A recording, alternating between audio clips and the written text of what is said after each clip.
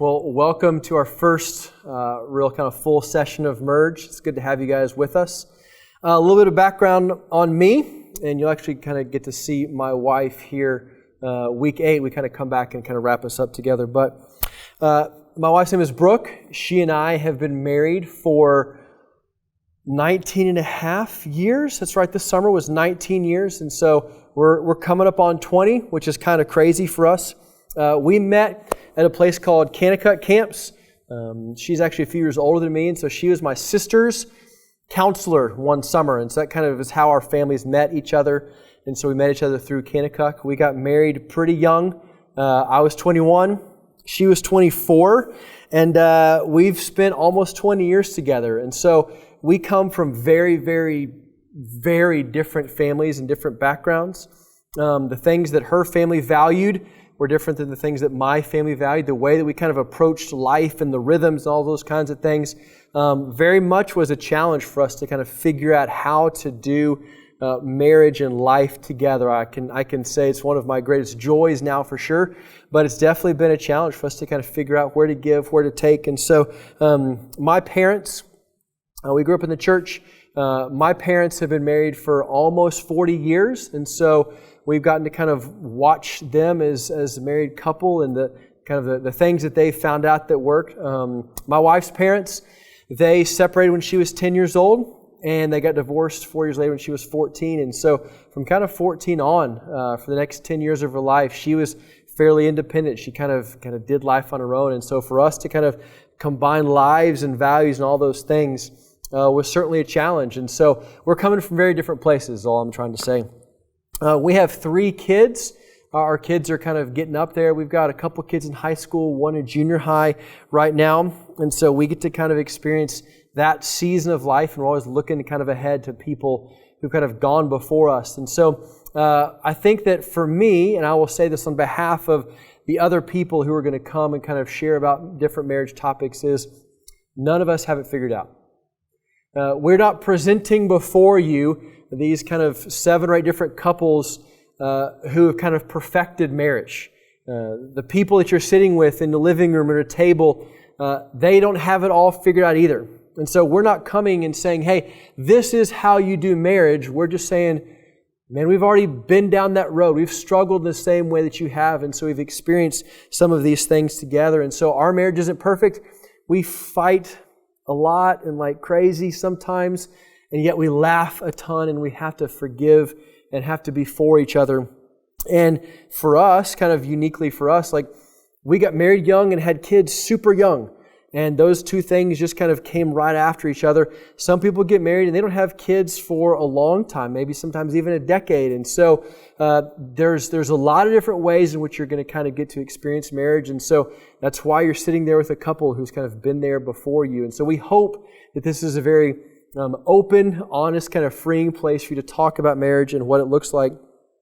We're going to talk about marriage in kind of 3 categories. So there's a theological piece, there is a missional piece, and there is a practical piece to marriage. And so here's what I mean by each of these.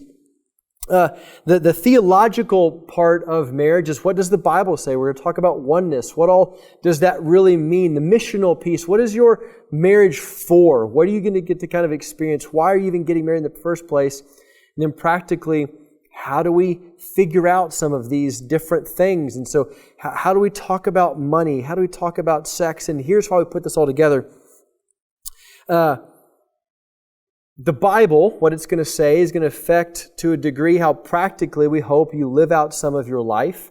And how you live out some of your life is going to affect kind of the purpose of your marriage in the first place. And so for us, we're coming at this saying, hey, now we're going to give you this kind of big marriage overview today, and we're going to dive deeper into some different issues as they come up and as they arise. And so what I would offer you is, we're talking in terms of biblical, purpose, missional, practical.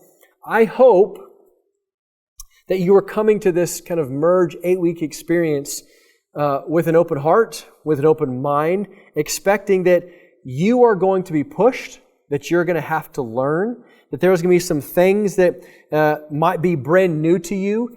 I hope that we give you some challenge in some areas. And hey, if you get pushed back on some things that you've long held as a belief, it's okay to push back. We want to kind of challenge. We want to see some of the tension in what you have long held, because let me be frank, the person that you are going to marry grew up in a very different environment, different experience, and just the two of you are going to have some pushback on what your marriage experience is going to look like. And so your significant other that you are sitting here with has a different idea, a different perspective on some big things probably, and some small things. And so we're going to kind of wrestle through a whole bunch of stuff over the next few weeks together. And so we hope that this is challenging. We hope that it's helpful. So that being said, the purpose of marriage. What do we believe? Why do we want to even get married in the first place? And so one of our purposes is this. John Piper wrote in one of his books, he says, "There never has been a generation whose general view of marriage is high enough. The chasm between the biblical vision of marriage and the common human vision is now and always has been gargantuan. Some cultures like our own have such a low, casual, take it or leave it attitude towards marriage that it makes the biblical vision seem ludicrous to most people." And so we are kind of coming before you as a church. We're coming before you as people who really believe in the purpose and the goodness and the blessing and the challenge and the life-changing reality that is marriage. This is not something that we see or experience kind of via the culture's view. So our goal, our desire is to both enlarge your view of marriage and to make sure that you don't cheapen it. So to enlarge your view of marriage, that's going to be your first underline, and to not cheapen your view of marriage. We want to raise the bar. We want to hold it up high.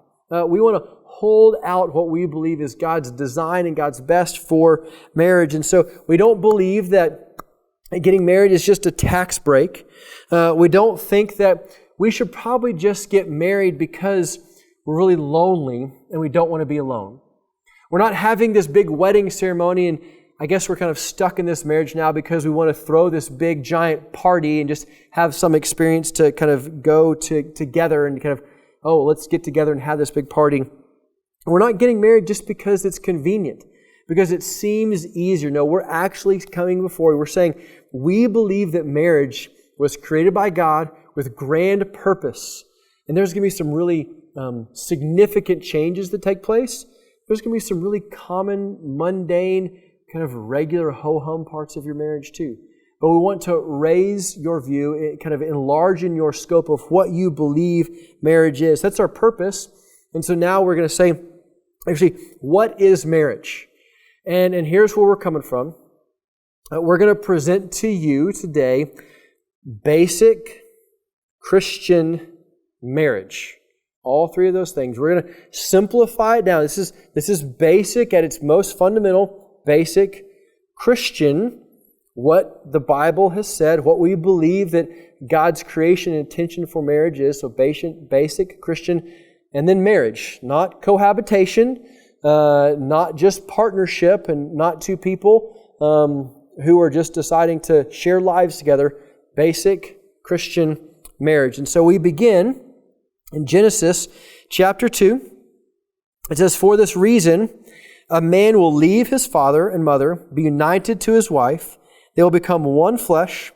The man and his wife were both naked, and they felt no shame." So we see from the very, very beginning, the opening chapters of the Bible, we see that God has brought two people together, a man and his wife. They'll become one flesh. So at the beginning, we see, just simply from the start, that marriage is one man and marriage is one woman. And so we believe that this is what marriage is, one man and one woman. And the reason that it's one man and one woman is because both man and woman were created in God's image.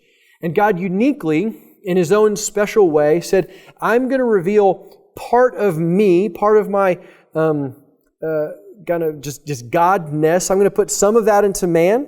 I'm going to put some of that into woman. These are equal but yet distinct parts of my creation. And yet when they come together, when one man and one woman come together, that they uniquely reveal God.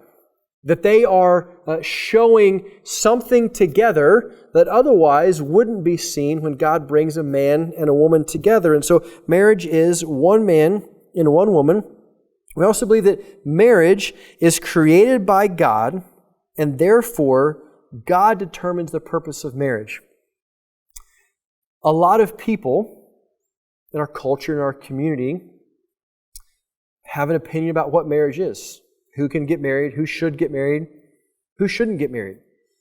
Where we are coming from as a church is we believe that God Almighty, the creator of the heavens and the earth, He is the originator, He is the idea, He is the beginning, the genesis of marriage, and so He created it. Therefore, He gets to speak into it. God gets to say, this is what marriage is, this is what I want marriage to look like, this is what needs to be a part of marriage, this is what needs to be kept out of marriage. And so this isn't a man-made institution. This isn't something that we came up with because we think that it's going to function better in our society, in our culture. No, we believe that it's something that God created. It reveals who He is. God created marriage for His glory. When people get married, there's a glorifying of God that takes place. And then also, ultimately, there's something that we receive. That when God created marriage, what happened is it reveals Himself more, but allows us actually the opportunity to know more of who He is and to become more like Him.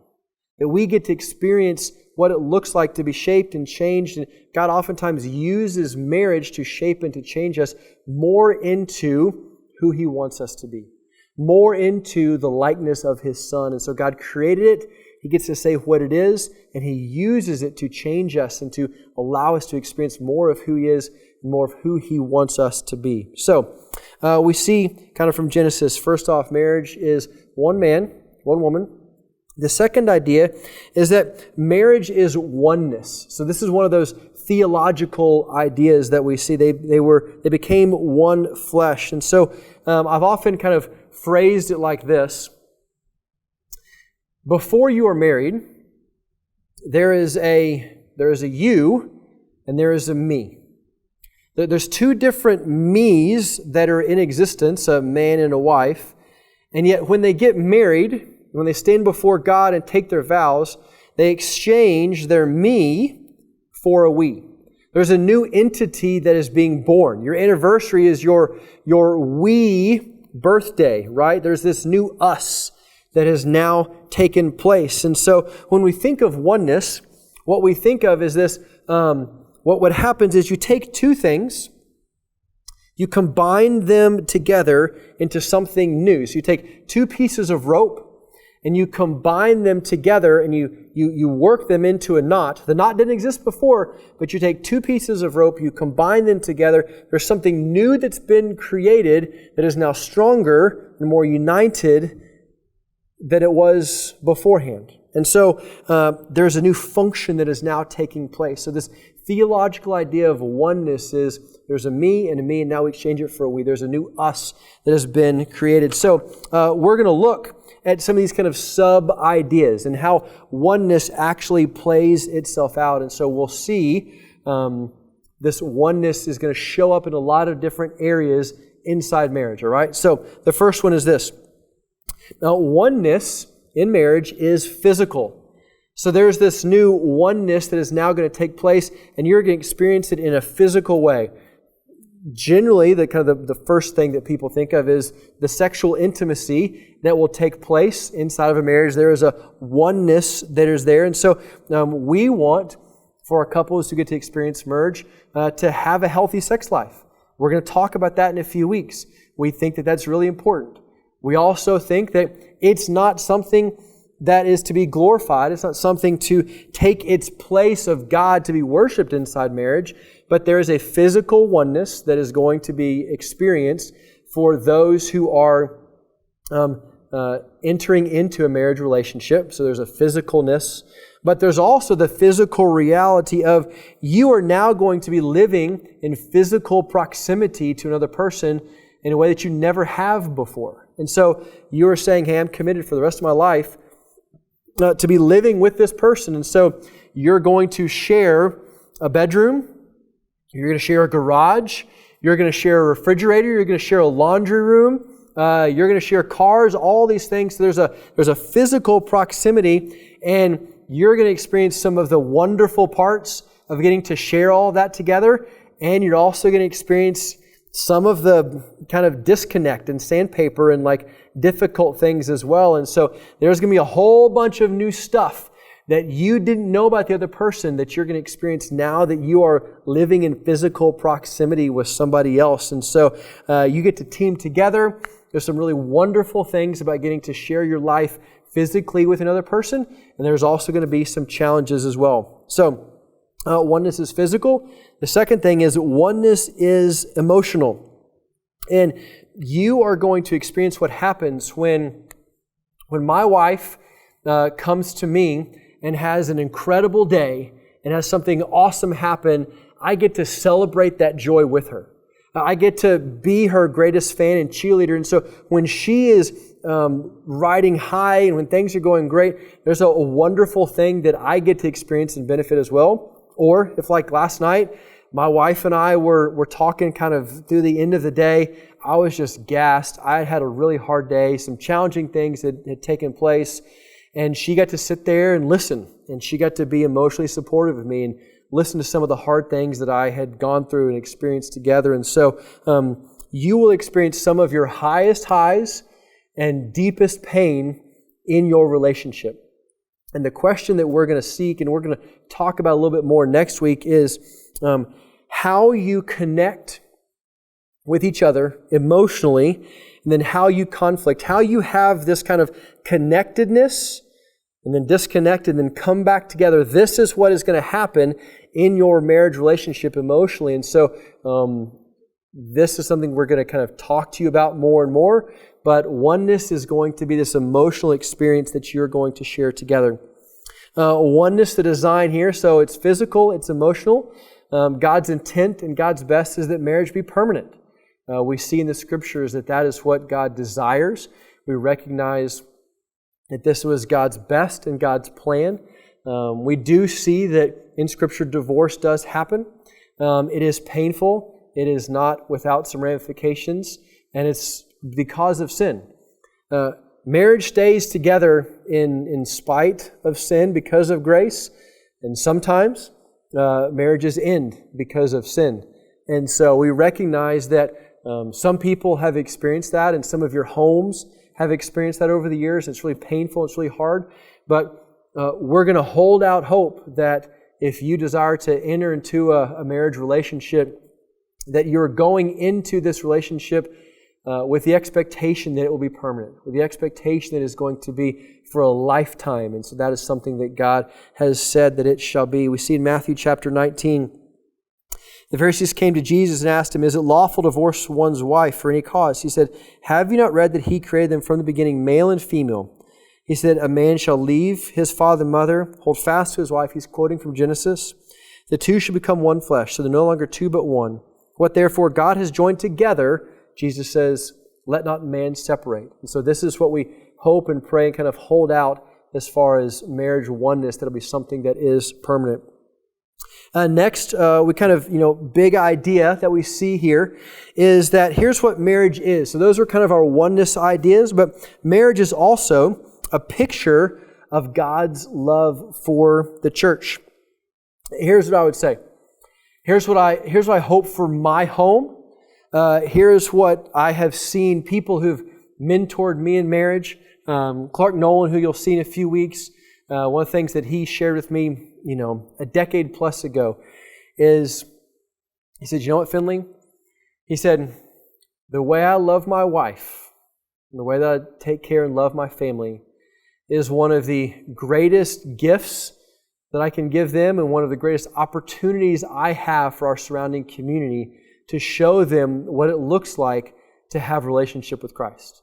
And so we want to hold out hope and ask you this question, that as you're considering entering into marriage, when people are going to look at your home, when people are going to look at your relationship, when people are going to see you in your relationship with each other, Do you have a desire? Do you have a plan? Do you have a vision and a goal that they will see Jesus more clearly because they can see you in your marriage? Are they going to look at your home, look at the way that you love and serve and care and forgive and connect and support? Will they kind of go, that must be how Jesus feels about me? That must be what that looks like. And so marriage is a picture of God's love for the church. Marriage also, or the next idea, is marriage is an opportunity to multiply and fill the earth. Generally speaking, most of the time, it's not 100% the case, but most of you will have kids. Most of you are going to have the opportunity to multiply your likeness and see that who you are is going to be recreated in the life of your son or your daughter or both. Genesis 1 says that God created man in His own image. In the image of God He created them, male and female. God blessed them and said to them, be fruitful, multiply, fill the earth, subdue it. Have dominion over the fish of the sea, over the birds of the heavens, over every living thing. And He says, hey, I'm going to give you a mechanism, a way, an opportunity to fill the earth, to watch yourself multiply. God wants us to experience family in a lot of ways in which we are going to experience God in a new way. We're going to get the privilege of being moms and dads and watching our kids kind of grow up, and we get to raise them, and it's going to change us. It's going to challenge us. It's going to push us kind of out of our own kind of world in which we're kind of the center of that, and kids then come in and kind of take all that and kind of, wrap it up and kind of go, hey, here's your new life that you're living now. So God gives us an opportunity to multiply and fill the earth. Marriage also is companionship. And I think the longer that I'm married and the more time that I get to spend with my wife, this is the part of marriage that more and more I appreciate and more I long for. So I think early on in marriage, I think that like the emotional part, the physical part, just like the teaming together is what I was looking for. But now I just appreciate the companionship. I appreciate someone that I've gotten to live life with for almost 20 years. I get to appreciate the fact that we can talk about stuff and just kind of know each other. We can have experienced a lot of the same highs and lows, some of the similar frustrations with family or with friends or whatever, and you feel like you've got someone together. And so for me, this is what a deep marriage looks like. And so for us, like my wife and I, we're very different. We have very different gifts, and yet we really need each other. And what she brings to the table is very different than what I bring to the table. And so our companionship is one of those things that we've really appreciated over the years. And so I remember when our kids were little, and we had little kids. I think we had 2 kids at the time, and one of us, I don't remember who, one of us brought the stomach bug home. And it was one of those stomach bugs where it's like a time delay. And so you get it like 12 hours later, and you don't really know. And so one of us got sick, and you were kind of like taking care of the person and cleaning up after them, and all of a sudden the other person started getting sick, and then you're both just like throwing up, and you can't believe that this is happening together. And yet we look back on that moment, and you're like, how on earth did we make this? And it's just like one of those really sad moments, but hilarious moments. Once it's over, you're like, oh my goodness. Even in the fact that we're both laying here sick in bed together, there's this companionship. And there's this kind of experience and thing that we've got to share. And it's a funny old story that happened. And yet, the first person to get better starts taking care of the next person. So we have this kind of companionship thing that we've experienced over the years. Genesis 2:18 says, the Lord God said, it is not good that man should be alone. I will make a helper fit for him. The last idea for us is this. Marriage is a covenant. So we've seen marriage is lots of things. A picture, we can multiply, it's companionship. And lastly, marriage is a covenant. And here's what a covenant is. A covenant is something that is uniquely Christian.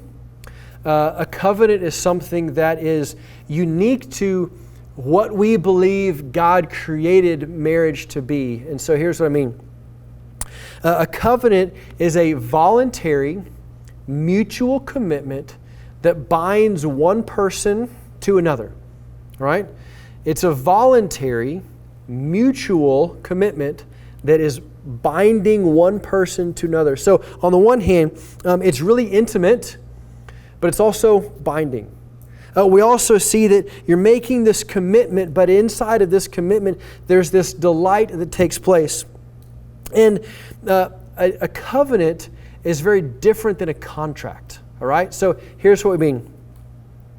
When you think about a contract is when one party and another party enter into this agreement that says, so long as what you provide is functional and helpful for me, I'll stay in this relationship. And so long as you provide something that is functional and helpful for me, I'll stay in this relationship as well. What happens is a contract is strictly based upon performance. As long as I perform good enough for you and meet the terms of our agreement, and you perform well enough for me and meet the terms of my agreement, we agree to stay in a relationship with each other as long as it is mutually beneficial for both of us. But if at some point I find a better deal, if at some point I don't feel like you're keeping your end of the bargain, if at some point I just kind of get tired of our contractual relationship, I can go find something better or just go find something new because I'm just kind of tired of how this works. See, a lot of people think of marriage that way. They think of it as a thing where we say, I'm going to bring my needs, and as long as you meet my needs, we'll stay in this relationship together. But as soon as I find something better or just grow tired or you're not kind of meeting my needs to the degree that I think you should, I'm going to go find something else.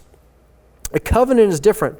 What a covenant does says, I am entering into this relationship after I have agreed to the covenant. So I'm going to make this agreement first, a voluntary mutual agreement that binds one person. I'm going to agree to be in this covenant together, and then our relationship is going to work within inside of that. And so it's not to the point where you do something that hurts me, I can now get out. A covenant says, no, I'm in this relationship and something as hurtful is taking place, but because I'm in this relationship, I'm now committed to working it out. It's actually safer. It's actually better. See, when you're in a contract relationship, you're always performing. You're always putting on your best. You're always trying to hope that they don't leave you, and it's not safe. But when you enter into a covenant, what happens is, I have agreed to be in this. I can be myself. I can be fully known. I can experience the safety that this relationship provides. And from there, now I can work out who I am, what I need, and there's a safety that takes place. And so a covenant, this uniquely kind of Christian idea, is what we're holding up and what we believe that you are stepping into whenever you step into marriage. And so to kind of put all this together, here's what we see. Our definition of marriage. We believe marriage is designed by God as a lifelong covenantal relationship between one man and one woman, and is intended to give a picture of Christ's loving relationship with His bride, the church. That is our idea. That is the best picture. That is the summary. And yet we recognize that as sinful people, as people who aren't perfect and who are marrying other people who have flaws and things that are going to fail, we recognize that that's the idea, and yet we're stepping into something that is really hard. So we have to ask this question. If that's the idea, we're not going to experience that. What is so hard about marriage? Why do we hear these stories? If marriage was easy, we may not have merged. So why are we actually here? 1 Corinthians 7:8 says this. It says, if you marry, you have not sinned. It's not wrong to marry. And if a betrothed woman marries, she's not sinned. Yet those who marry will have worldly troubles, and I will spare you that. Paul is talking about the fact that there are challenges that you are going to face in your marriage relationship. The covenant provides you a safe place to engage those things, and yet it's going to be challenging. So here are some of those things. Some of the barriers to strong marriage that we're going to talk about a few and then kind of set you guys up to kind of talk about these things for a few minutes. But here's what I would say. I would hope that this merge experience for you would give you a large dose of self-awareness. Now, you don't lack general awareness about why marriage is hard. You grew up in a home, you know other people have been married. You have a general awareness about how difficult marriage can be. Our goal for you, to push you some, is that you'll have more self-awareness about your position, about what you believe, about why you think the way you think, why you care about the things that you care about. So this is what we're going to push you towards, is a more self-aware experience as you're considering entering into this covenant relationship. The first one, the first barrier to strong marriage is selfishness. Everybody's got it. Everyone knows that they're selfish. We've laughed and said for years that you don't really realize how selfish you truly are until you get married. Marriage brings out your selfishness, and here's why. You have to decide who in your house controls the thermostat. Some people don't mind it as hot as others. Some people don't mind spending more money in order for those hot summer days to be a lot cooler in their house. Some people want to save more money, and they don't mind a higher degree inside of the house. And so you are going to have your opinion, and you're also going to figure out how to spend your time. I like to go out on Friday nights. I like to kind of go and see people and do stuff. My wife, she would much rather be at home on a Friday night and just kind of relax and enjoy it. And so some nights we go out and see some friends, and some nights we stay home. We have to figure out, first of all, that we have a difference of opinion on how we like to spend our Friday night, and then we have to figure out how to make that work together. And so the first thing is selfishness.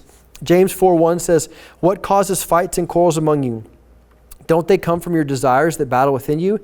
You desire to have but cannot get what you want, so you quarrel and fight." So you are entering into this covenant marriage relationship with a lot of selfishness.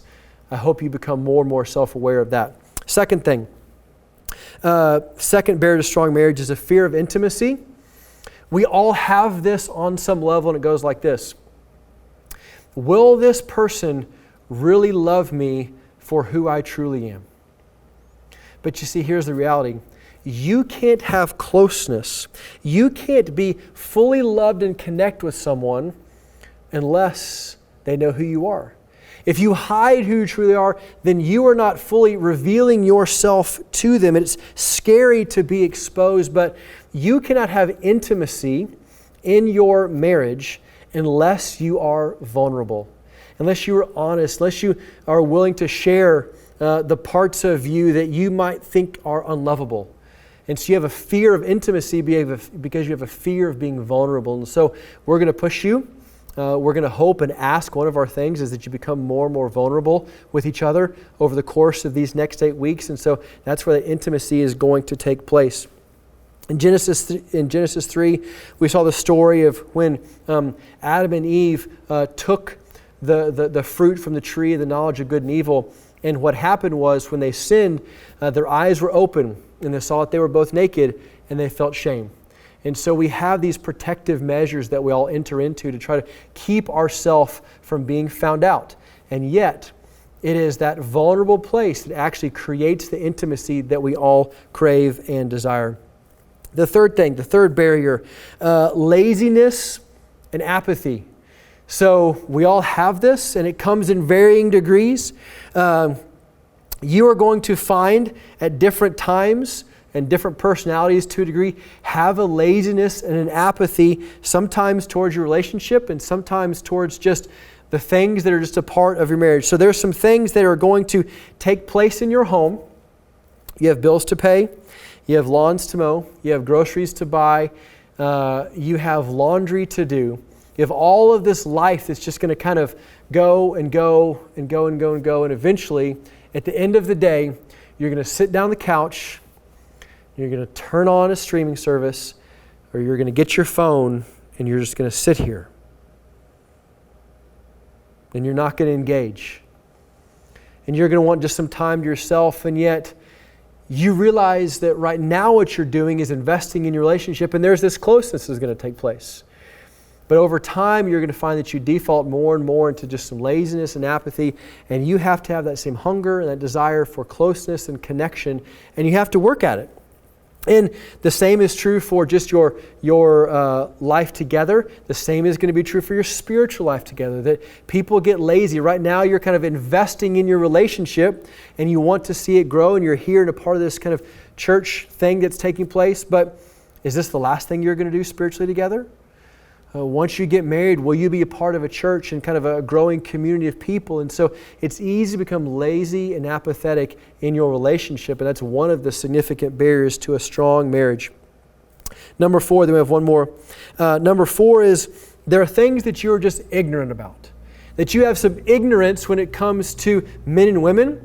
That you have some ignorance when it comes to the significant other person that you are going to enter into a marriage relationship with.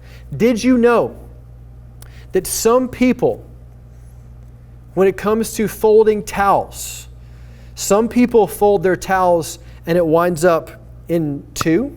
Some people fold their towels and it winds up in thirds.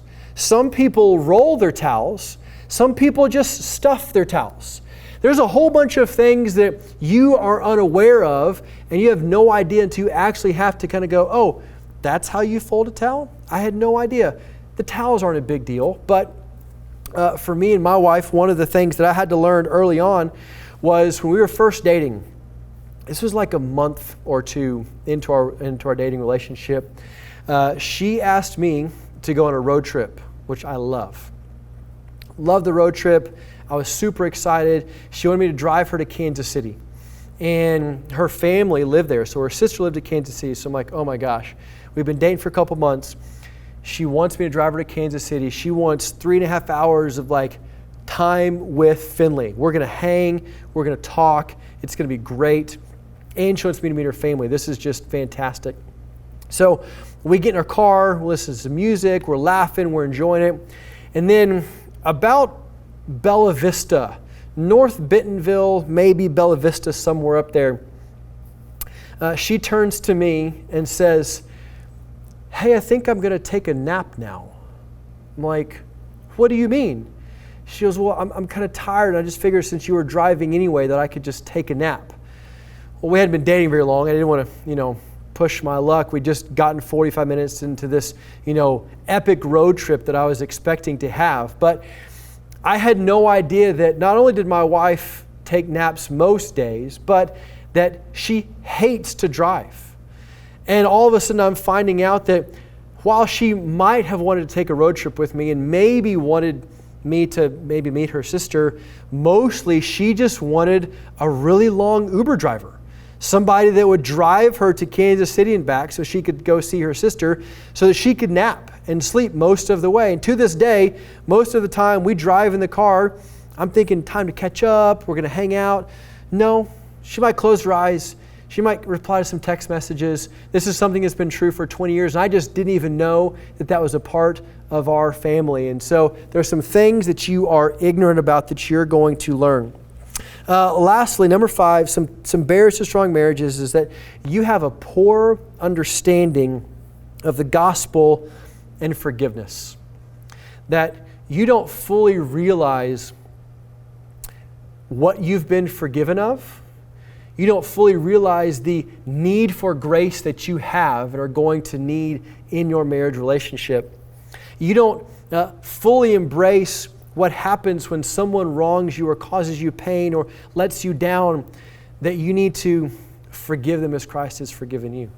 And we may know that intellectually and kind of on an individual level, but we oftentimes don't apply that to our marriage relationships. And so we're going to talk some more about that, but we oftentimes have a poor understanding of the gospel and of forgiveness and how important that is going to be in our marriage relationship. And so those are some difficulties. We kind of held out the idea, but those are some of the difficulties that we're all going to face in our marriage relationship. And so last I want to leave with this, and then we'll let y'all talk in your groups. Here are some things. We've been doing this for several years now.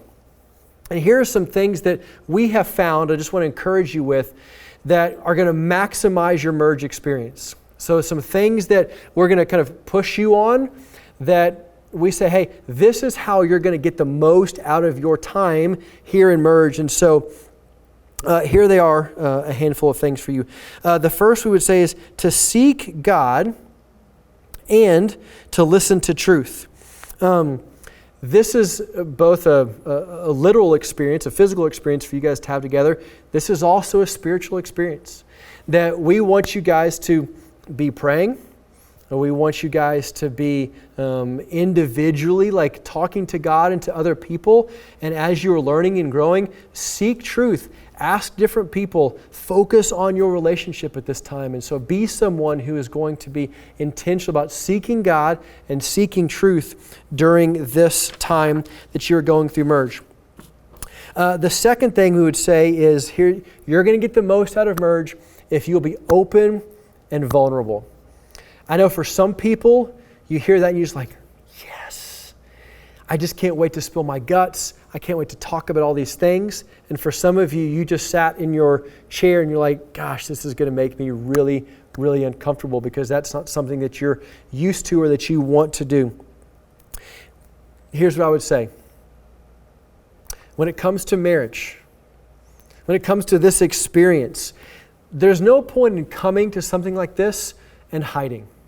There's no point in coming to this time in your life and trying to keep things hidden. You're considering entering into marriage. You're going to be found out.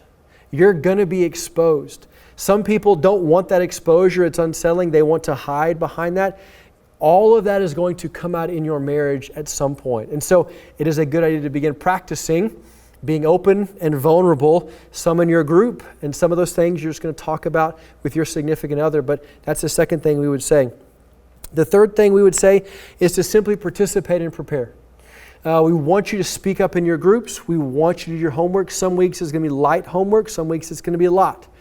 Do all the preparation you can. Set aside like a date night. Set aside time to make sure that you're having these chats and these talks together. Make this a priority. We're just asking for 2 months. We're asking for 2 months here, and make sure that you carve out time to come to group, be a part of this, and make this a part of your schedule. The next one would say is to work through conflict. I expect and hope that you will have conflict over this. I hope that you will disagree. I'm not asking and like glorying in a big fight, but I hope that you have tension. I hope that you disagree. I hope that you are pushed to some places where you feel uncomfortable, because here's the deal. The conflict that you work through is going to force you to say, I'm still in this relationship. And when you work through conflict and you stay in relationship, that creates intimacy. And that's what we're after. If you are to marry this person, you're going to find yourself in an intimate relationship with them. And conflict is the doorway that leads to intimacy. And so work through that, push each other. We're going to talk about that some more next week, but this is something that we expect to be a part of what you're going to experience over the next 8 weeks. I would also say the next thing that we've found is we would ask that you pursue sexual purity. For us, we recognize that what the Bible holds is not in keeping with our culture. And so let me offer you a couple of ideas. We believe what the Bible teaches sex is between a husband and a wife in a covenant marriage relationship. And sexual expression outside of that is sin. And so if we are talking about basic Christian marriage, we believe that sex is something that is to be reserved for the marriage relationship.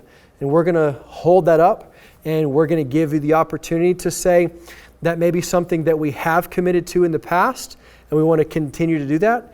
It may be something that we haven't done, and we might consider it for the first time. Your group leaders, your table leaders are available and kind of equipped. If that's something that you would like to discuss with them, something that you would like to kind of talk about what that would look like, we have an opportunity to kind of say, on a piece of paper, if you need that, to kind of commit to a season of purity. You can have them kind of speak into that for you. And so we believe that there's a biblical idea.